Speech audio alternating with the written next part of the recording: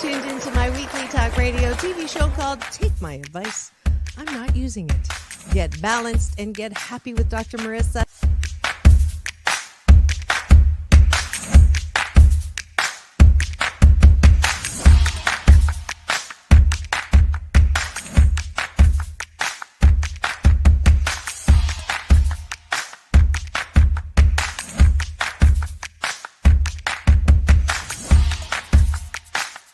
And this show is about hope and happiness. So there's no gossip, no scandal. Instead, I want you to focus on your own reality show and how you can be happy 88% of the time. So I have shows and topics.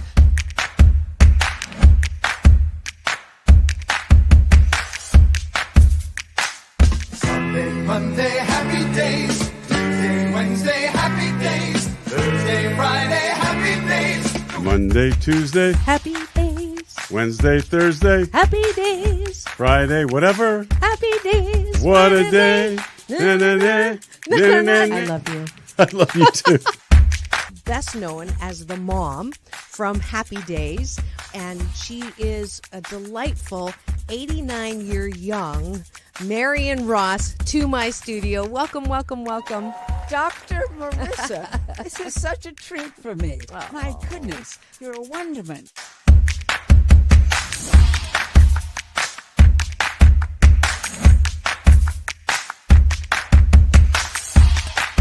Which is exactly the kind of guest that I like. Those who have gone through life, good and bad, and then taken those experiences to alchemize them into the person they are now and doing good on the planet. I'd like you to welcome Corey Feldman. If you're grateful for it and you say right away, thank you, God. Oh, my God, it's so beautiful. I'm so blessed. Thank you, thank you, thank you. Then guess what? More good things will come to you. Does this sound familiar at all?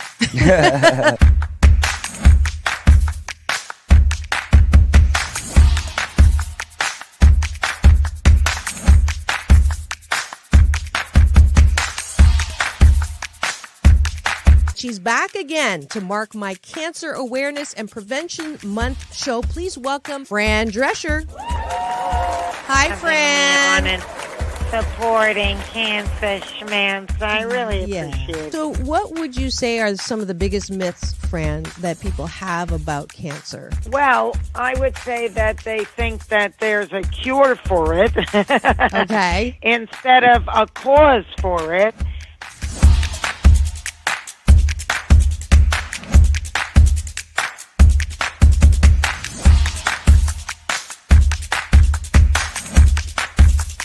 This is the first call-in show when I get to be Dr. Marissa, the kinder, gentler Dr. Laura. And people call in to get their life tires balanced and their critical thinking or their BS, their belief systems, smog checked.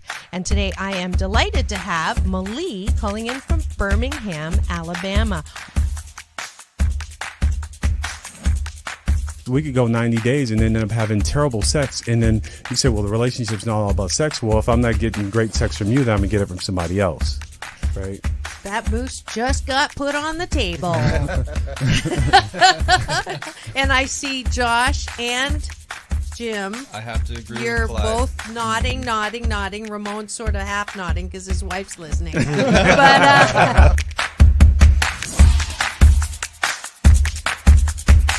I understood what was going to happen if Muhammad Ali's youngest daughter, made public that I was going to become a boxer. So I wanted to make sure this was the path that I wanted to go down. you are absolutely fabulous, beautiful inside and out.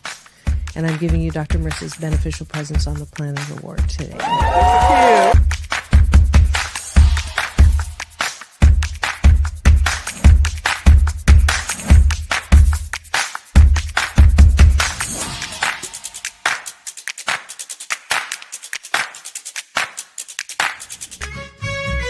Just sit right back and you'll hear a tale of a fateful trip that started from this tropic point. When I go, I'm gone. Are you lonely?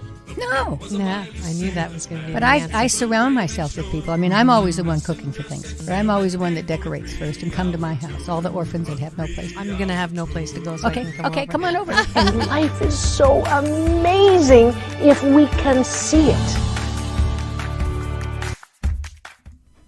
Jump off that exhausting hamster wheel and into balanced living with Dr. Marissa. Promise you joy in the mystery.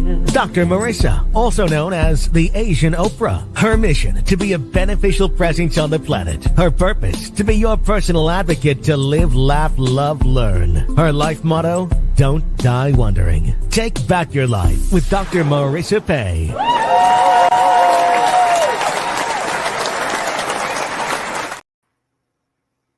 And welcome, you're tuned in to Take My Advice. I'm not using it. Get balanced with Dr. Marissa, the morning show here on KCAA, NBC News, CNBC News, and NBC Sports Radio Station, AM 1050, FM 106.5, and streaming everywhere.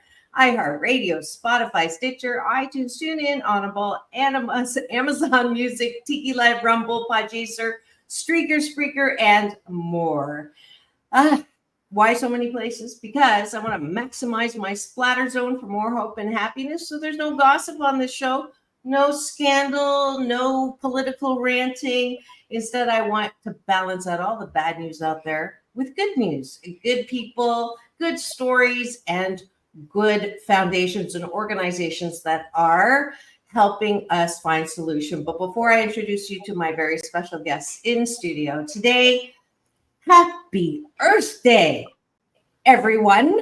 I tried to pick out something that was, very earthy. It's got, I think Mother Nature is so fabulous and the way that she shows off and is extremely colorful. So that's why I'm dressed up this way. And I hope that today you will begin a love affair with our Earth so that we're more cognizant about what we're doing and certainly valuing all the sentient beings in it, including humankind, emphasis on kind, which is one of the reasons why I did bring on today's guests. I'd like to introduce you to them. And let me get my little goggles on here. And Stephanie Ham is someone that I met actually, was it 2 years ago or 3 years ago, Stephanie? I can't remember exactly. I was, some of you know, I do on location freelance news reporting for a New York news agency.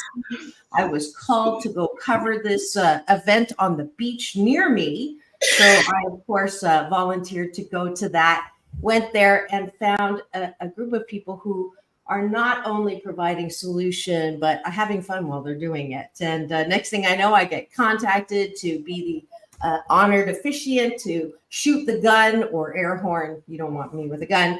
And then I got to award medals. And now this is a wonderful once a year thing that I look forward to. She is part of the Aplastic, Anemia, and MDS International Foundation. It's the world's leading nonprofit health organization dedicated to supporting patients and families living with aplastic anemia, myelodysplastic syndrome, I didn't get enough sleep for this, paroxysmal nocturnal hemoglobinuria, and related bone marrow failure diseases.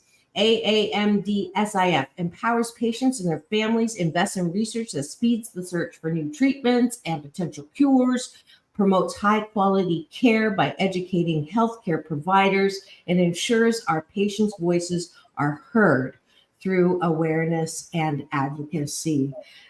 Stephanie Ham is the chairperson for the annual and the activities that raise funds, chair of sponsorships. And then we have Ruth Kudra, who is not just an advocate, but she's also a patient. And I'm delighted to have them in studio today to celebrate Earth Day. Please welcome them to the studio. Wait for it. Here it comes.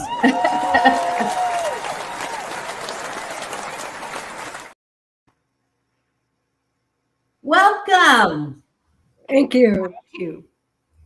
I am delighted to get to know more about your organization and bring that to all of my listeners and watchers now and later. If you are on your way to work right now, you're hearing us on the AM/FM channel, please do not comment or chat, but you can do that once you get somewhere still free subscribe to my YouTube TV channel, and there you can actually ask questions and play along with us on the live stream, or as I call it, the love stream. All right. The way I start my shows is having breakfast with my guests. And no, sorry, you're not going to get a knock on the door with an Uber Eats, but we take a bite of our gratitude sandwich. And the way we do that is I want everyone to start their day in the most positive way. So we do 8 things that we're grateful for on top of the bun, and then 8 things that we appreciate about ourselves on the bottom of the bun. And we do it so we have 8 total. It doesn't have to be long. We do 1 word gratitudes and appreciation. I purposely didn't warn you because this is something we want to do like unplanned and spontaneous, so that I work your muscle, everyone's muscle, on just starting your day with gratitude. All right. So I'll start. I am grateful that this Saturday morning I get to come and start the race at the AAMDS walkathon. Is it a walkathon or a marathon? You're calling it a walk, right? Right. We call it the March for Marrow. So you could walk or run. March for Marrow. All right. I'm grateful that I get to do that on Saturday morning. And what are you grateful for, Stephanie? For your invitation. Absolutely. Ruth, what are you grateful for? I'm grateful to be here and participate in March for Marrow. It wasn't always clear that I would be here. I am grateful that the planets did not crash into each other last night. And we have another day, with that solar eclipse. It's so good that we as human beings are not in charge of gravitational pull. Lord knows what would happen. So we have a new day to love, laugh, learn, and respect, create, innovate, etc. Let's see. Do we have anyone in the chat? Not yet, but Stephanie, what are you grateful for? I'm grateful for the opportunity to run and walk and put on an event totally coincidentally in my hometown, because I was born in Long Beach, California. Oh, I didn't know at St. Mary's. My mother graduated from Long Beach Polytech. Ah, fabulous. Welcome home. So, thank you. Ruth. I'm grateful that I have my family around me for support at all times, and especially this coming Saturday at March for Marrow. We'll be there as Team Marrow Forums. Oh, wonderful. I'm grateful that I got to reconnect yesterday with Stevie Wonder, and he recognizes me, obviously, through my voice, and I got a nice big neck hug yesterday. So I put that on my social. You can check it out today. Doc Balance on Instagram, Dr. Marissa everywhere else. I'm so grateful. What an amazing man. All right, let's go to the bottom of the button. Now, the reason why I do appreciation, which I think is gratitude internalized, is because a lot of us, thanks to my honorable moniker, Oprah, you know that I was introduced to Oprah as the Asian Oprah. What an honor. She, I believe, gets credit for talking about mental health so easily and publicly so that it's part of an okay thing to talk about. That's the good news. The not so good news is a lot of people are recognizing that they're not tip-top on mental health and are reaching for things outside of themselves to make them feel better. And that, for me, is, the side effects of any of those things, whether it's an addiction or not addiction, but a pharmaceutical. We're just not dealing with the dis-ease that I believe hurts your mental health, which is that feeling that you're not good enough, you're not worthy, things that a lot of us, for some reason, do get that. I'm one of the 7 out of 10 of us who've had childhood trauma. And for our population, that's easy to understand because we're told that. So the bottom of the bun is really asking ourselves, what do I like about myself? And not, you're not bragging about it, but I think it's so important before you go to bed at night, which is why it's the bottom of the bun, to say out loud, I appreciate that I did get this and this done, instead of, I forgot this, or, oh, I can't believe that person insulted me, and all of those things, or, I call meaningless scrolling, right? MS scrolling. Of course you can't fall asleep. So this is also an exercise to help you get a good night's sleep without any side effects. So I appreciate that I have lost the shame that I carried for years as an Asian woman who's not supposed to talk, which is usually part of our culture. Chinese, the saying is, the nail that stands up is hammered down. So I have now come to peace that, I was born with this mouthpiece and it's going to keep going. And I'm here to, try to make you drink the Kool-Aid to be happy and claim your birthright to be happy. So I appreciate that about myself. Ruth, we'll go this way now. What do you like about yourself? I had an interesting experience the other day that made me appreciate how we can help each other. There was a man on my front lawn who I didn't know, who was sitting there with his phone next to him, clearly in crisis. And my husband and I were able to talk to him gently for about a half hour until he was able to communicate with us, and turned out to be a man who lived about a block away, who was having a panic attack over his own personal issues. And we were able to help him stand and gently walked him back to his house and to his family. And I hope he's doing well today, but I felt good about the patience that we were able to show him and help him get over his moment. Beautiful. Beautiful. That's exactly what I'm talking about. Stephanie, what do you like about yourself? Well, I was scrolling through the newly designed website at AAMDS.org and noticed that they had a section on myelodysplastic syndrome and depression. And that's what I like about this foundation. I'm sure others do it, is they really plumb the depths of what these diseases cause. And our son did pass away from MDS, and he was depressed. He was this beautiful Asian and Caucasian. We adopted him through Catholic Charities. Beautiful young man. And he was even being followed by professional teams. And then he was diagnosed and the whole world crashed.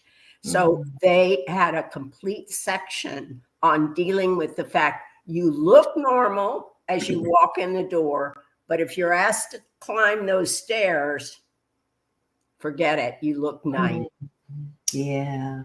So. Now, that wasn't exactly an appreciation for yourself. You gave a lot of kudos to everybody else. So I'm going to use this opportunity to do something that I don't do for all my guests, but I'm going to appreciate for you your ability to take a tragedy that you had, and I have, cried with you about this, I think the first time that we met, and my heart goes out, but you did not use that tragedy to just bow out. You took it and it activated you into shining a light on an area of temporary darkness and temporary illness, and used your son's life as a spotlight to help so many people now in the work that you do. And for that, I'm giving you and Ruth, who is also a patient from this and does use her good health, and in the times that you are advocating and benefiting and helping shape this organization that helps so many people. And for that reason, both of you get my Dr. Marissa Beneficial Presence on the Planet Award.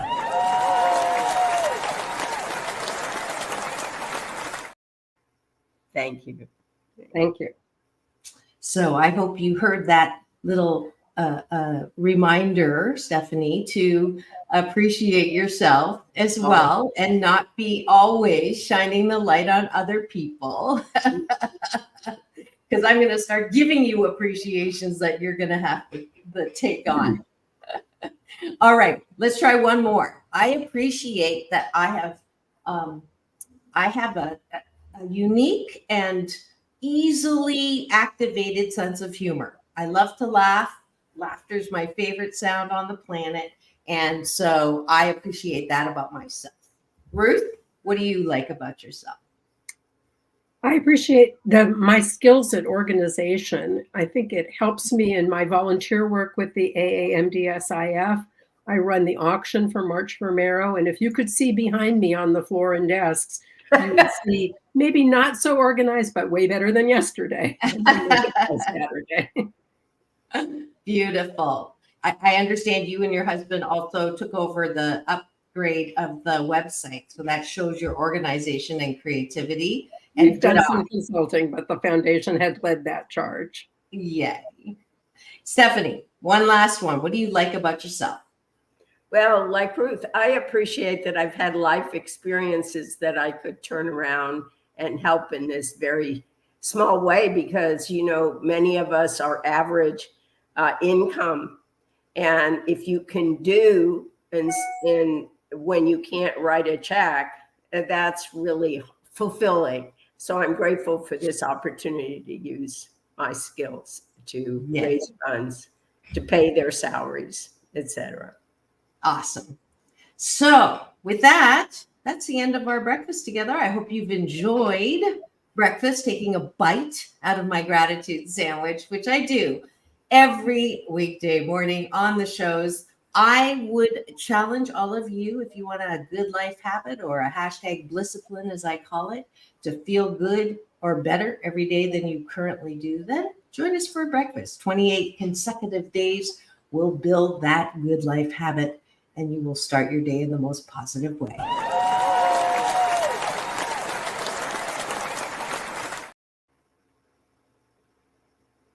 All righty. Now, we've already sort of peeked and given some highlights of what AAMDS is and why you are involved, Stephanie.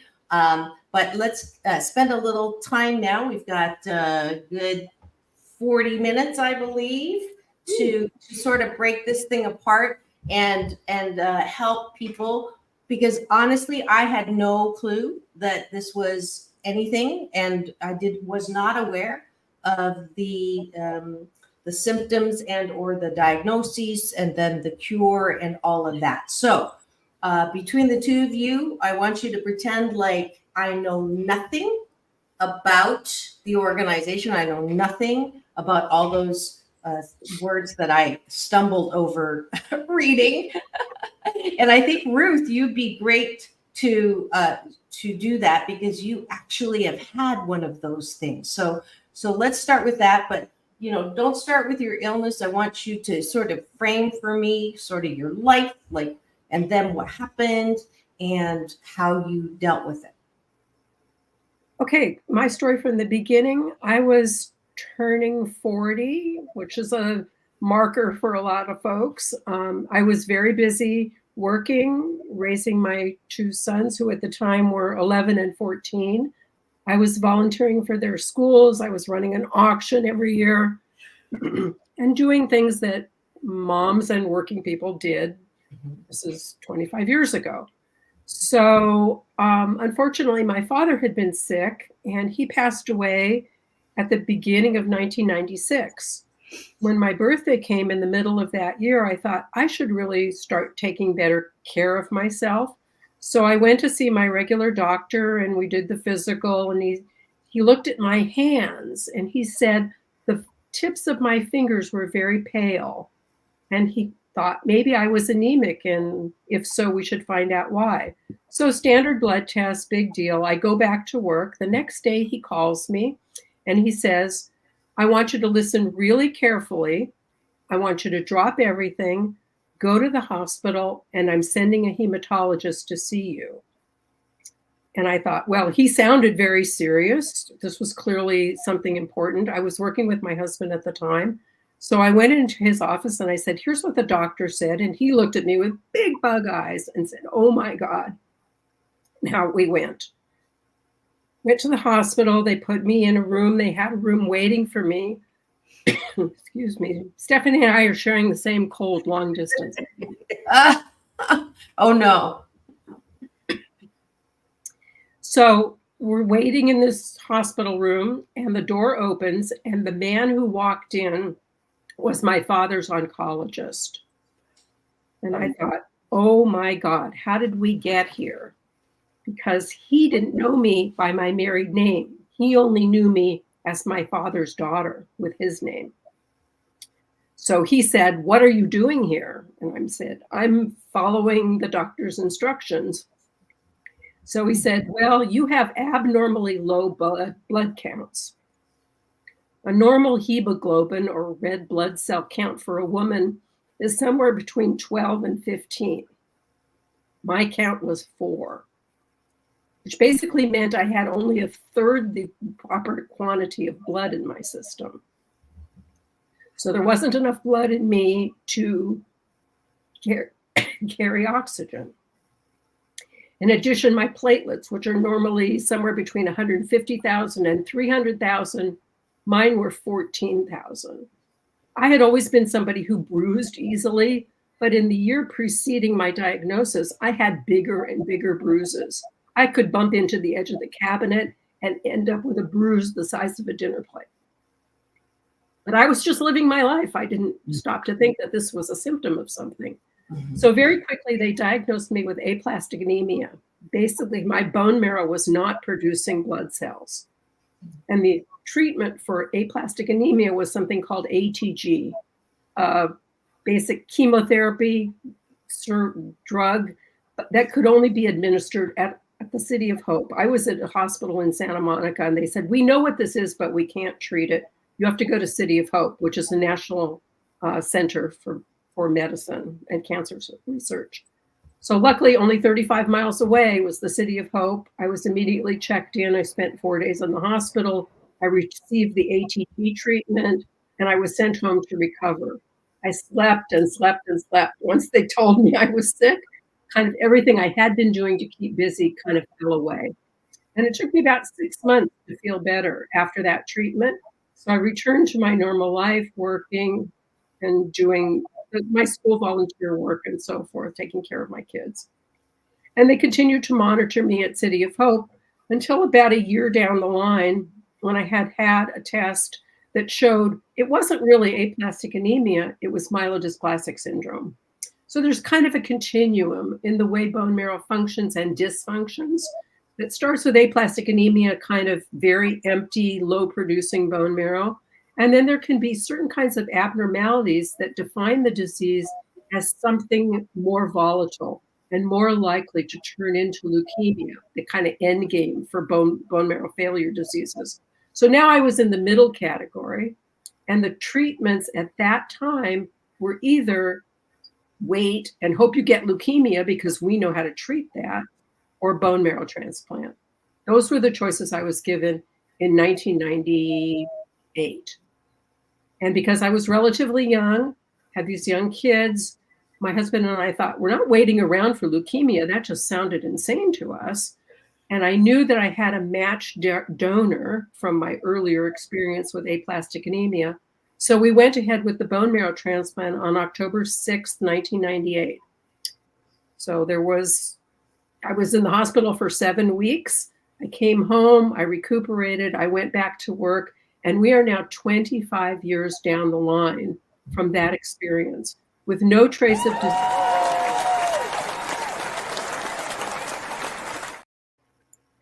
So in the past years, I've been using my experience to talk to other patients to say there is hope. You can survive this. There are options. I work with the foundation to give back to them the way they gave back to us. In the early days following my diagnosis, the internet was in its infancy, and it was hard to get information about bone marrow failure diseases. But the AAMDS was my heart and soul, really. they were the ones who supplied information that we couldn't find anywhere else, that gave us references to doctors for second and third opinions, who supported us when we had questions. And so my goal in the last 15 years, particularly supporting March for Marrow, is to give back to the organization that supports patients with bone marrow failure diseases. Beautiful. I just pulled this up from your website. I just Googled, I used my assistant Google, how many people have AAMDS. Doctors believe as many as 12,000 to 15,000 new MDS cases a year. The people that are diagnosed more often, men than women, most often age 60 or older. 72 is the average age of diagnosis. I have no idea.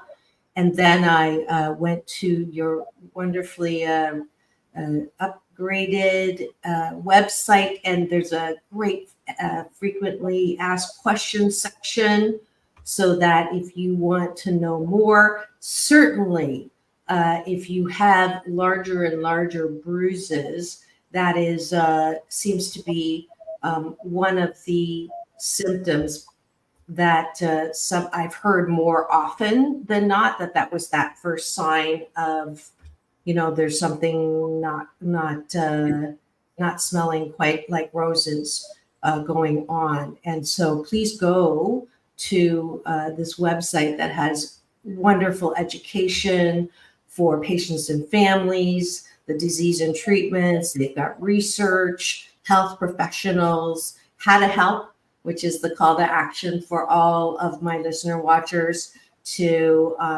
this is why I'm bringing this to you. Please don't walk around thinking that your job in life is just to make a lot of money, have toys that you leave to squabbling relatives. We're here on the planet to be humankind and help wherever we can. So this is certainly another great organization that I definitely want to bring to you and promote to you as one of help. And a side note, it was in the middle of an interview with the year, and I had no clue that this organization would have been able to help my dad.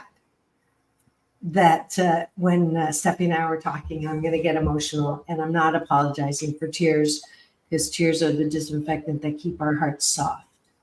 But I had sort of forgotten that my father's first symptoms from being completely healthy at the age of 69, a tenured professor at the University of Waterloo in Canada, and woke up, was in the bathroom and collapsed, and he had bruises all over his body. And so they diagnosed non-Hodgkin's lymphoma, but it took them 7 months to get a diagnosis. Ruth, when you're saying first they thought it was this and that, and by the time they got the diagnosis in September, he collapsed in March, diagnosis in September, and he never left the hospital after he left LA to go back, because I brought him here to go to UCLA to see about treatment, but he never left the hospital in Kitchener-Waterloo, and then passed February 27th. So it was less than that.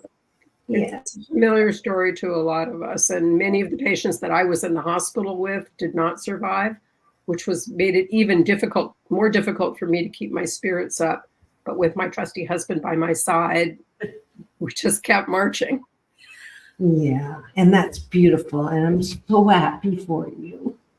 And I love it when my guests cry, and I cry, because it means our hearts are open and connected. So thank you for sharing your story, and continued good health. This organization obviously is benefiting from your good health, which is great. All right. Now, Stephanie, you shared a bit. I didn't know that he was half Asian. I think that's amazing. So what part of Asia was he adopted from? Well, he was placed in a children's home in Fort Worth, Texas, and we were stationed just north of that in Wichita Falls. We had 4 daughters. I grew up in a large family with kind of half and half boys and girls. And I loved my brothers. I loved what they brought to the mix. Now, I love being a woman, and I will never negate that. But I just felt that intermix and that interrelationship was a neat thing. But I wasn't going to have 11 kids like my mother did. I just was not that type of woman. So I said, and Bill and I had talked a lot about adopting. So we looked into it, and of course, being American, we were thinking part Latino or part African American. We didn't care. We did not care. And here was this beautiful child who ran up to us and said, I help all the little kids make their beds in the morning. Now, I'm going to tell you, when he moved in, that was a challenge.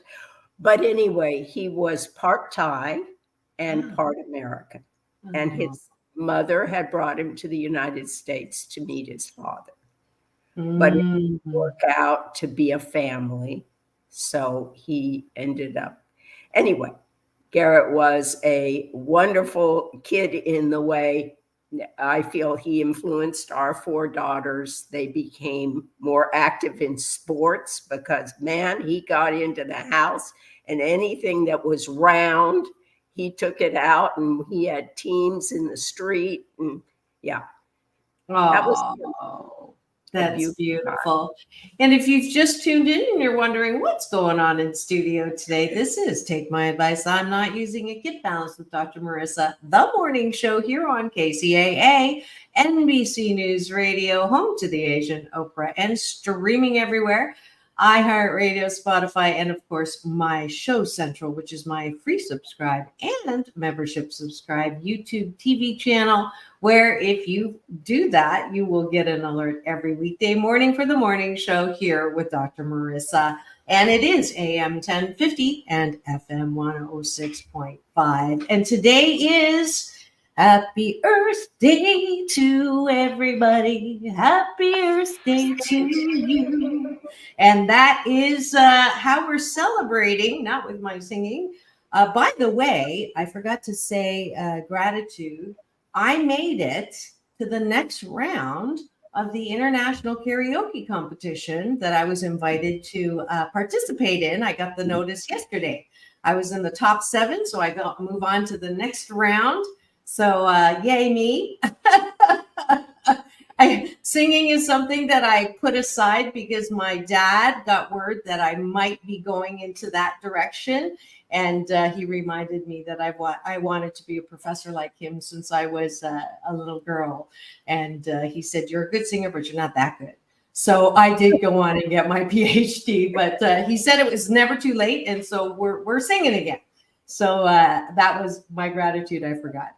But anyways, back to the topic at hand. I have beautiful women here in studio today talking about an organization that is extremely helpful and supportive and part of solution. That's you don't come on the show unless you're talking about solution to something, because I don't want you just going, oh, that's a shame, or shaking your head and what's wrong with the world and what's wrong with people. I want to highlight what's right with the world, especially on Earth Day. And these 2 women and the organization are definitely solution-based and looking on how to help people who have any of the blood disorders that we've been talking about. And Stephanie, tell me now what happened to Garrett as an active child, exuberant child, an adopted child, and sort of that, the same kind of scenario. Walk me through what happened and how you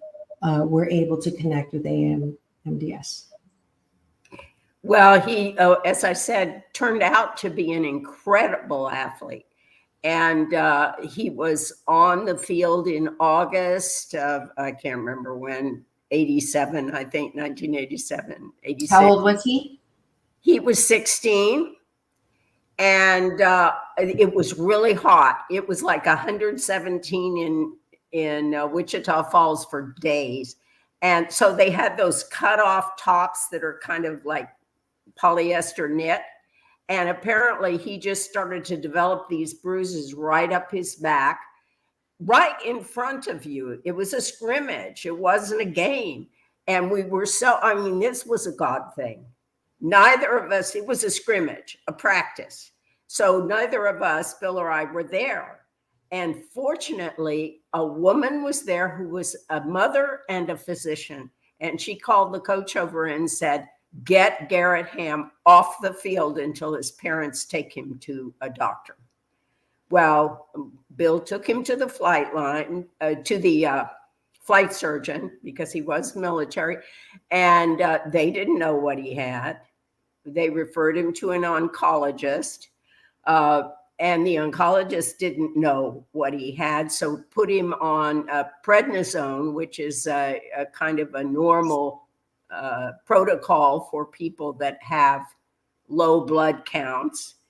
And it did impact him in terms of he could go about his day-to-day things, but he lost any opportunity for athletic scholarships. He was a liability. And just with what he had in terms of energy, et cetera, he pursued a degree in like hotel management and that kind of thing.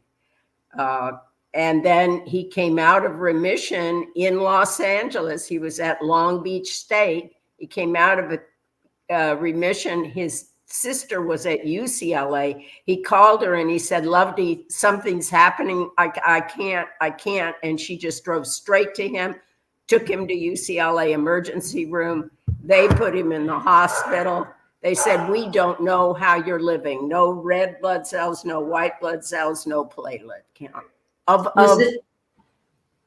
How long after, like, he was still 16 at this point? Oh, no, he was like 21 by then. So wow.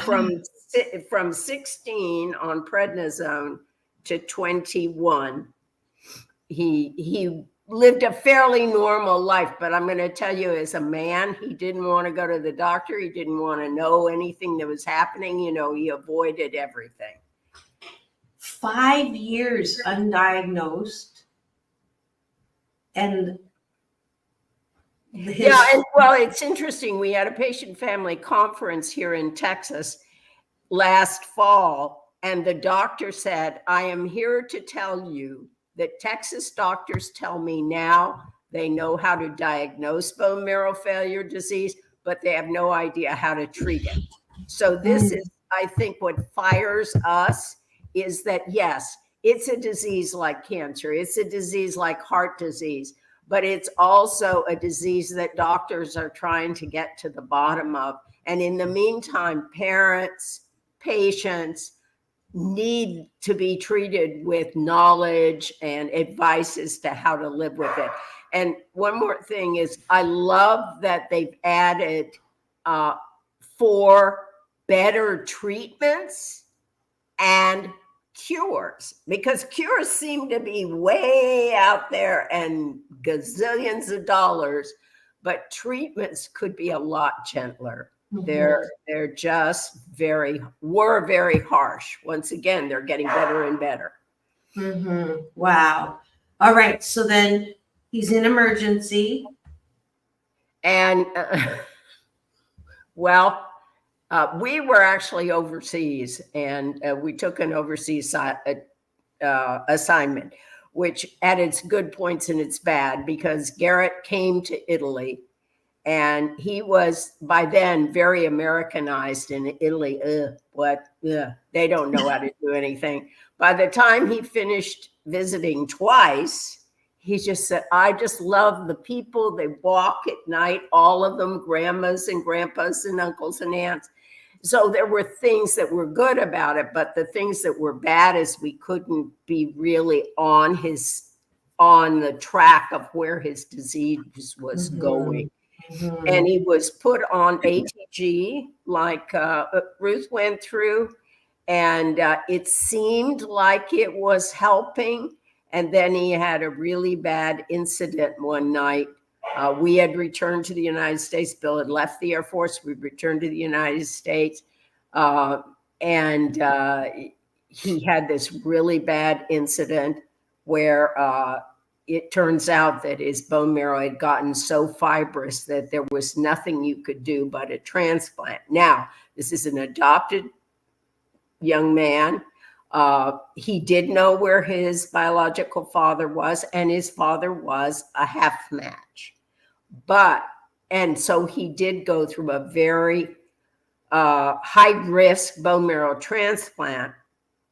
And, but because it was only a half match, it worked, but he had had years of monthly blood transfusions or infusions, years, every 3 weeks he had to, and that's the other thing, he wouldn't tell his employers that he was sick because these people, they're embarrassed to admit that they're sick. And so he would work really hard for 3.5 weeks and then take 5 days off and go get a transfusion.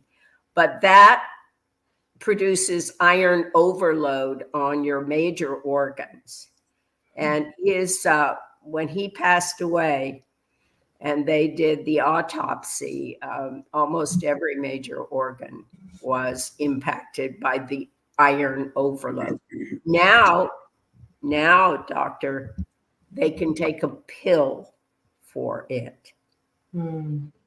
But then you had to hook yourself up at night to an injection of a certain fuel and of a certain medicine. And I'll tell you, another reason I'm grateful for the foundation, they actually did a section on sexuality when you have bone marrow failure diseases. They didn't, we didn't even know about that. Do you think this young man wanted to hook himself up to a hose when he had this beautiful wife laying next to him? So many times he would not do the procedure that helped kind of counter the iron overload. So he got married? Yeah, he got married. He had a little boy who is turning 30 this year. So you have a grandson. He feels so guilty that he lived 2 years past his dad because Garrett was 28 when he passed. Oh, wow. Is he going to be there on Saturday? Does he come? No, he's in Texas. I was hoping that he would be at the Texas event, but his family has had a lot of death from cancer, and one of their family members had passed that weekend.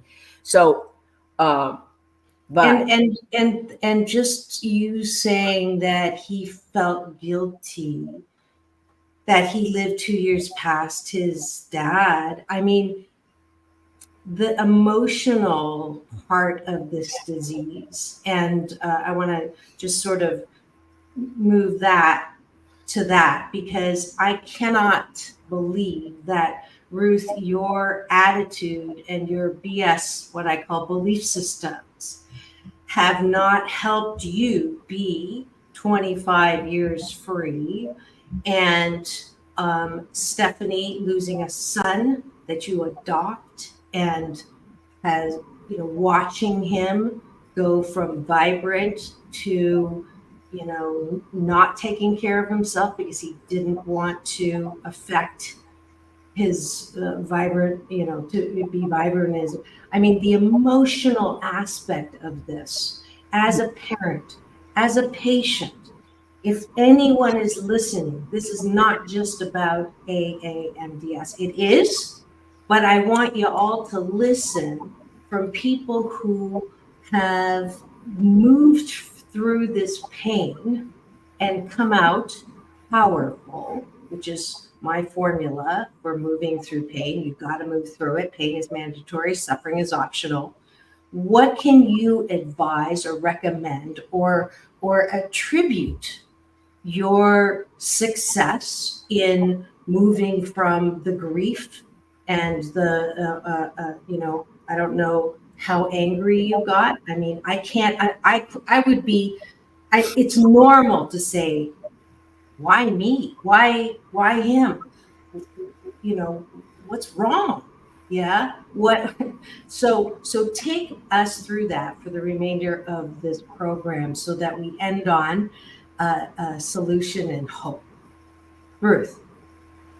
Well, drawing from something that Stephanie said about Garrett's unwillingness to follow medical advice and the procedures that may have helped him live longer, we had a similar kind of a reaction to that in our family. My husband and I both work in the information science area, in computer science, and we're information people, which was one of the reasons that the AAMDS-IF was so important to us, because we needed information. What's the data about how this disease progresses? What's the data about who is normally affected? What age, what sex, what other kinds of medical issues in your background might have some influence on your bone marrow failure disease? So the more information we could get, the better we felt, and the more empowered we felt to deal with what came at us every week.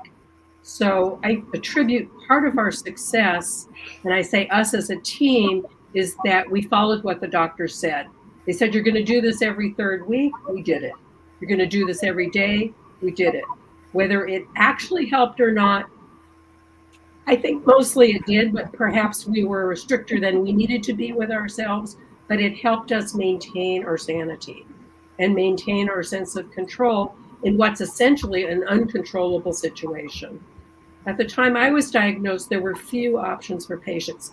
As I said earlier, excuse me, it was either wait for leukemia or have a bone marrow transplant, both of which were very serious roads to travel.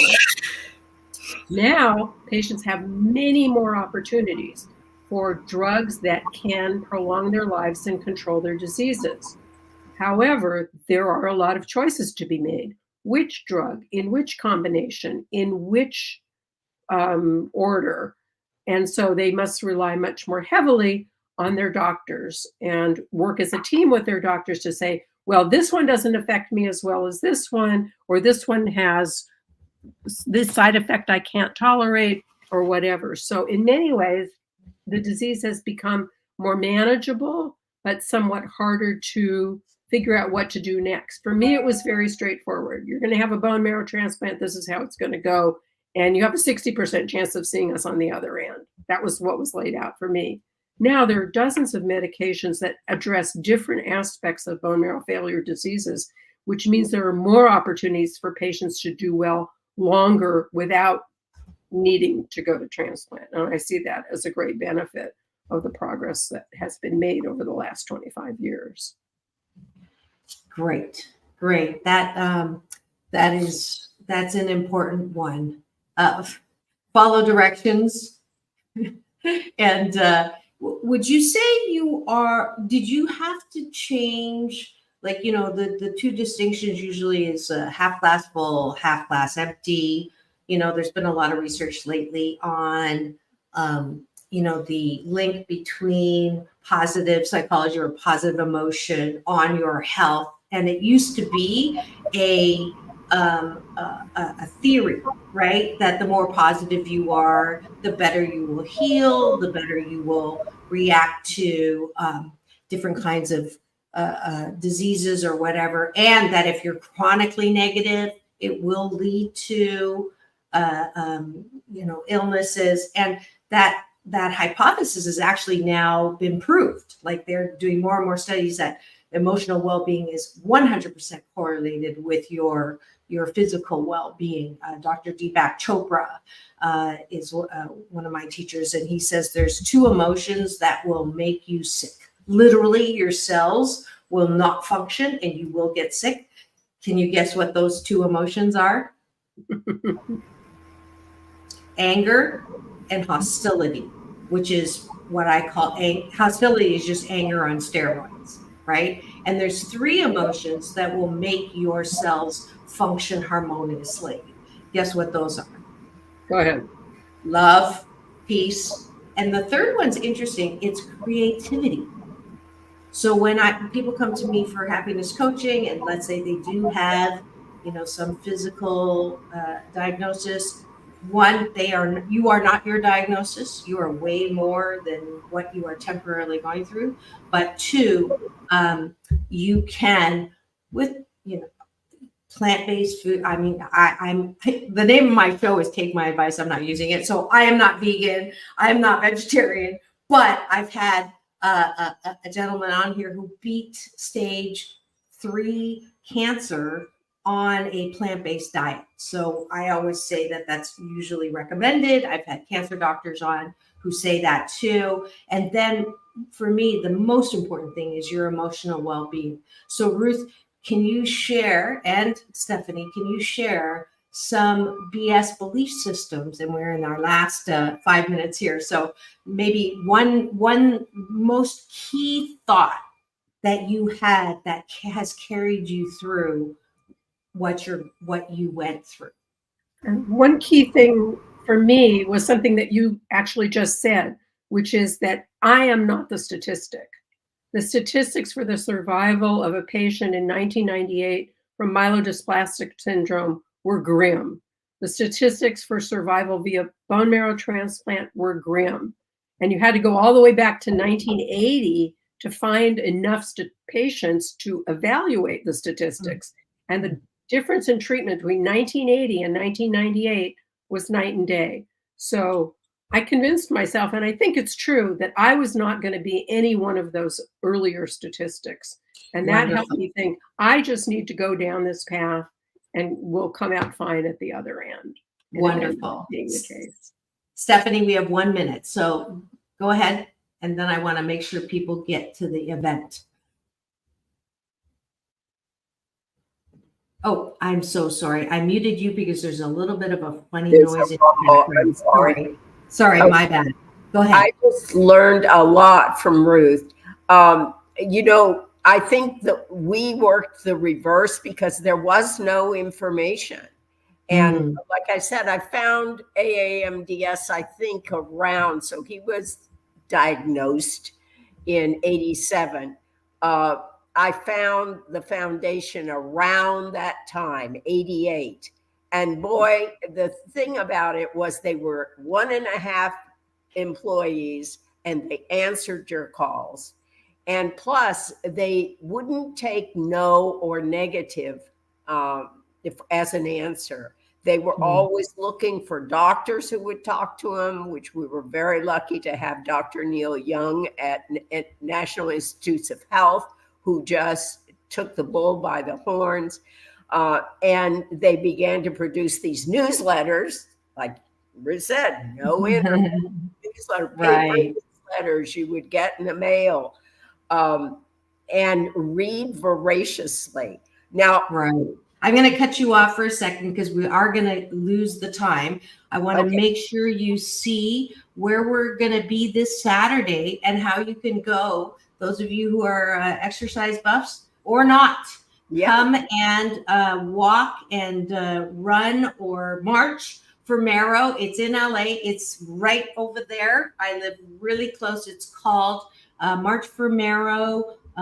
It's the walk and 5K, Shoreline Village, Long Beach, Saturday, April 27th. You can register online. It is Shoreline Village is a beautiful place over there that is not far. If you live anywhere close to LA, please do join us on Saturday. I will be there with the gun, air horn, to start the race. And then also I get to give out the medals.